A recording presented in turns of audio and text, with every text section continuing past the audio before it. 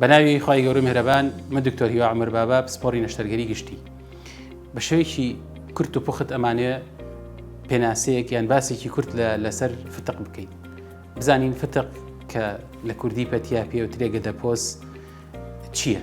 بریتیە لە هاتنە دەرەوەی ئەندامەکانی ناوەوەی دیواری سک لە هەر شوێنێک لە هەر دیفێکتێک یان لە هەر شوێنێک کە لاوازیەکەیە لە دیواری سکە، واتە هەر ئەندامێک لە ئەندامەکانی ناوەوە کە ئەکرێ ڕیخۆڵە بێ، ئەکرێ چەوری ناوی، ئەکرێ ئەندامێکی تری وەکو ڕیخۆڵە کوێرە یان هێلکەدان لە ئافرەتانە یان تەنانەت ئەکرێ میزڵدان لە ڕێی ئەو لاوازیە لە دیواری سکا دێتە دەرەوە.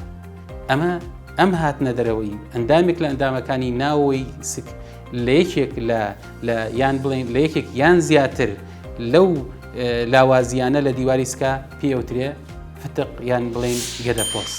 سمارت وەرچەرخانە.